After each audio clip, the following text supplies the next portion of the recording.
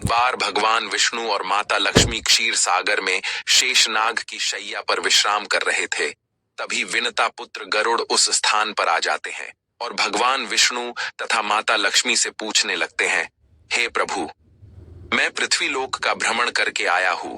मैंने देखा कि पृथ्वीलोक पर अनेक मनुष्य नित्य स्नान करते हैं, किंतु फिर भी दुखी ही रहते हैं। उनके दुखी रहने का क्या कारण है? हे प्रभु, आप मुझे बताइए कि स्नान करने की सर्वोत्तम विधि क्या है? स्नान कब और कैसे करना चाहिए? स्नान करते समय कौन से मंत्रों का उच्चारण करना चाहिए? मेरे मन में इन सभी प्रश्नों को जानने की इच्छा निर्माण हो रही है। गरुड़ जी माँ लक्ष्मी से भी पूछते हैं, हे माता, मैंने यह भी देखा है कि अनेक महिलाएं नित्य स्नान करके आपकी पूजा आराधना करती है, किंतु फिर भी उनके घर में आपका वास नहीं होता है। इसका क्या कारण है? गरुड़ जी द्वारा इस प्रकार से प्रश्न पूछने पर भगवान विष्णु कहते हैं, हे पक्षीराज, तुमने उचित ही प्रश्न किया है। स्नान करना अत्यंत आवश्यक होता है। स्नान से ही शरीर शुद्ध होता है। स्नान करने से ही शरीर पवित्र होता है और मनुष्य पूजा पाठ आदि कर्म करने के पात्र बनता है। इसीलिए मनुष्य को नित्य स्नान करना चाहिए।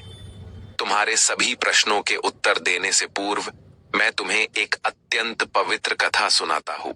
उसे तुम ध्यान से सुनो। इस कथा में तुम्हें तुम्हारे सभी प्रश्नों के उत्तर प्राप्त हो जाएंगे। इतना कहकर भगवान विष्णु ने गरुड़ जी को स्नान का महत्व बताते हुए एक कथा सुनाई है, जिसे सभी मनुष्यों को ध्यान से सुनना चाहिए। इस कथा का श्रवण करने मात्र से ही सैकड़ों तीर्थों में स्नान करने का पुण्य मनुष्य को प्राप्त होता है। इसीलिए आप सभी इस कथा को पूरा जरूर सुने।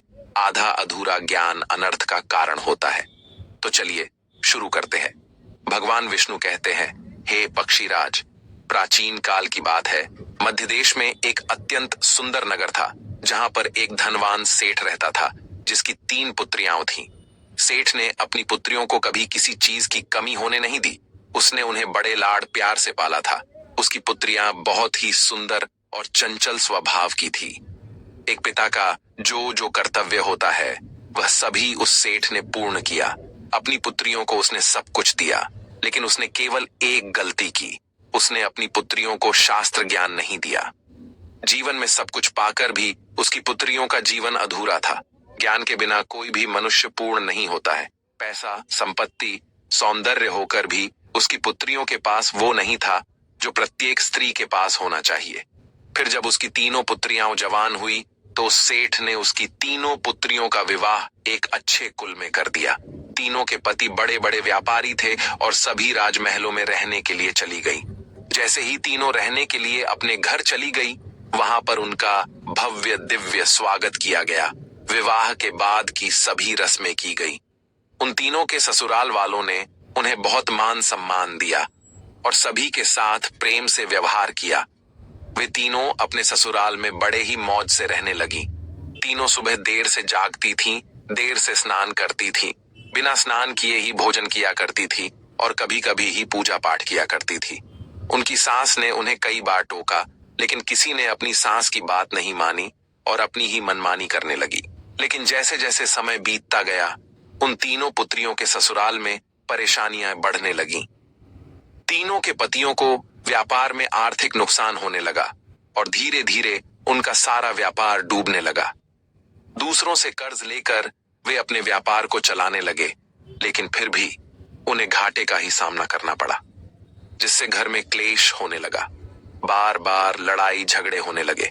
जब से ये तीनों उन घरों में रहने के लिए चली गई थी, तभी से उनके घर में संकट आने शुरू हो गए थे।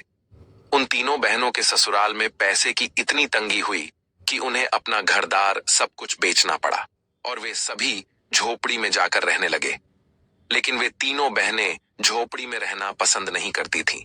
इसीलिए वे अपने ससुराल को छोड़कर मायके में वापस आ गई और अपने पिता के साथ रहने लगी। अपने घर पर आकर भी उन तीनों की आदत नहीं बदली और घर पर आकर भी वह तीनों बहनें बड़े मौज से रहने लगी। वहां पर भी वे तीनों देर से उठती थीं, देर से स्नान करती थीं, बिना स्नान किए ही भोजन किया करती थीं, जिस कारण से उनके पिता को भी व्यापार में नुकसान होने लगा और उसकी भी आर्थिक स्थिति खराब होने लगी। फिर एक दिन उनके द्वार पर भगवान विष्णु एक साधु का रूप धारण करके आ गए। सेठ ने उस साधु का प्रेम से स्वागत किया और उनके पैर धोकर उन्हें प्रणाम किया। फिर सेठ ने उस महान साधु को अपना दुख बताया और उस पर निवारण करने के लिए उपाय पूछा। सेठ ने अपनी पुत्रियों को भी बुलाया और साधु को उनके बारे में भी सारी हकीकत बता दी। जैसे ही उस साधु ने सेठ की तीनों पुत्रियों की तरफ देखा तो उन्हें सारी हकीकत पता चली। उन तीनों बहनों के चारों ओर नकारात्मक शक्ति का घेरा बना हुआ था जो उनके साथ ही चल रहा था। वे जहां पर भी जाती वह नकारात्मक ऊर्जा उनका पीछा नहीं छोड़ रही थी।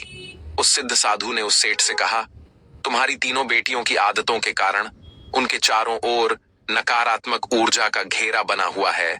इसी कारण से ये जहां पर भी जा रही है वहां पर केवल दुख और संकट आ रहे हैं। तुम्हारी तीनों पुत्रियां अत्यंत आलसी हैं। ये देर से जागती है, देर से स्नान करती है, बिना स्नान किए ही भोजन करती है और यही वजह है कि उनके जीवन में ये संकट आ रहे हैं। फिर उस साधु ने उस सेठ को और उनकी पुत्रियों को अत्यंत महत्वपूर्ण ज्ञान दिया और उसका नित्य पालन करने के लिए कहा। भगवान विष्णु कहते हैं, हे वत्स, स्नान के 4 प्रकार होते हैं, ब्रह्म स्नान, देव स्नान, आर्ष स्नान, मानव स्नान और दानव स्नान। इन्हें समय के अनुसार वर्गीकृत किया गया है। शास्त्रों में ब्रह्म मुहूर्त में किए जाने वाले स्नान को सर्वश्रेष्ठ माना गया है। ब्रह्म मुहूर्त यानी कि रात्रि का अंतिम प्रहर और सूर्योदय से ठीक 1.5 या 2 घंटे पहले का समय होता है, यानी कि साधारणतः सुबह 4 से 5:30 तक का समय।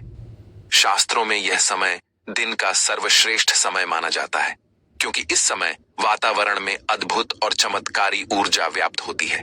यह समय देवताओं का समय होता है। इस तरह देवताओं का स्मरण करते हुए ब्रह्म मुहूर्त में किए जाने वाले ब्रह्म स्नान को सर्वश्रेष्ठ स्नान कहा गया है।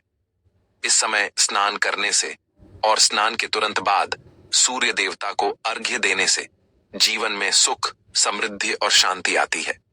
दिन भर मनुष्य का तन और मन ताजगी और सकारात्मक ऊर्जा से भरपूर रहता है। ब्रह्म स्नान करने पर मनुष्य रोग तथा बीमारियों से दूर रहता है। उसका शरीर निरोगी और स्वस्थ रहता है। दूसरा है देव स्नान। सुबह 5 से 6 बजे के बीच किया जाने वाला स्नान देव स्नान कहलाता है। सभी पवित्र नदियों का स्मरण करते हुए किए जाने वाले इस स्नान को भी श्रेष्ठ स्नान माना जाता है। इस समय स्नान करने से मनुष्य के शरीर में सकारात्मक ऊर्जा का संचार होता है और सभी प्रकार की नकारात्मकता और बुराई शरीर से बाहर निकल जाती है। इस तरह देव स्नान के समय स्नान करने से तन के साथ साथ मन भी शुद्ध और पवित्र हो जाता है। इस समय पर स्नान करने से धन संपत्ति में वृद्धि होती है। मनुष्य को सभी भौतिक सुख प्राप्त होते हैं। सुबह सुबह जब आकाश में तारे नजर आते हैं उस समय के गए स्नान को ऋषि स्नान कहते हैं। यह भी श्रेष्ठ स्नान होता है।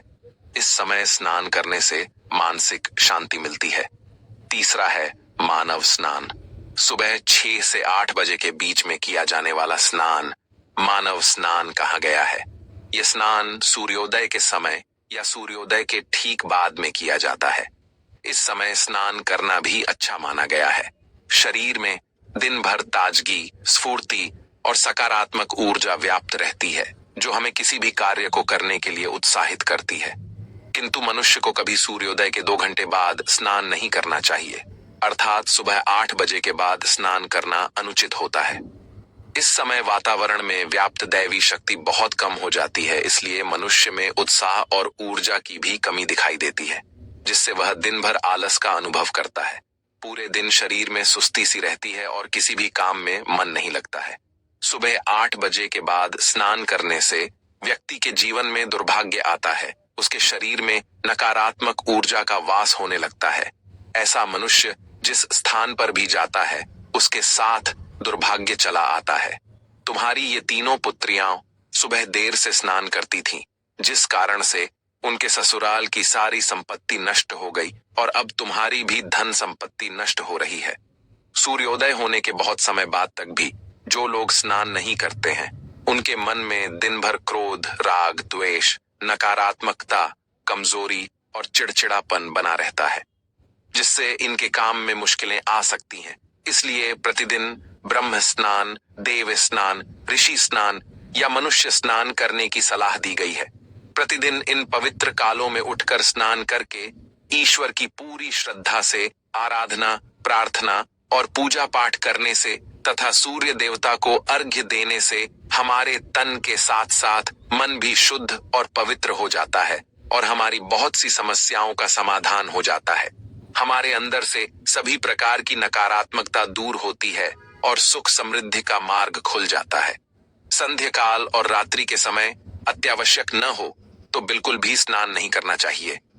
भगवान विष्णु कहते हैं, हे वत्स, अब मैं तुम्हें स्नान करते समय बोले जाने वाले अत्यंत महत्वपूर्ण मंत्र के बारे में बताने जा रहा हूं, इसीलिए तुम इसे ध्यान से सुनो।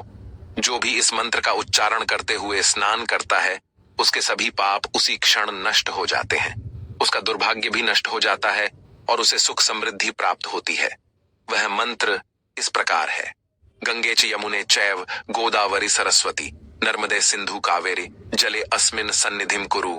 इसका अर्थ है, हे गंगा, यमुना, गोदावरी, सरस्वती, नर्मदा, सिंधु और कावेरी माँ, मेरे स्नान करने के जल में कृपया आप सभी पधारिए। इस मंत्र के उच्चारण से सभी तीर्थ स्थानों में स्नान करने का पुण्य मिलता है। इस प्रकार से भगवान विष्णु ने उस सेठ को स्नान का महत्व बताया। फिर सेठ की तीनों पुत्रियों को अपनी गलती समझ में आ गई। वे तीनों अपने अपने ससुराल में रहने के लिए चली गई और भगवान विष्णु द्वारा बताए गए स्नान के सभी नियमों का पालन करने लगी। तीनों सुबह ब्रह्म मुहूर्त में जाग कर स्नान करने लगी और नित्य सूर्य को जल देने लगी। सुबह नित्य स्नान करने से उनका शरीर पवित्र हो गया और वह नकारात्मक ऊर्जा भी पूरी तरह से नष्ट हो गई। धीरे धीरे उनके पति का व्यापार भी ठीक से चलने लगा और उनका खोया हुआ सब कुछ उन्हें फिर से वापस मिल गया और तीनों बहनें बड़ी ही प्रसन्नता से अपने ससुराल में रहने लगी। तो दोस्तों,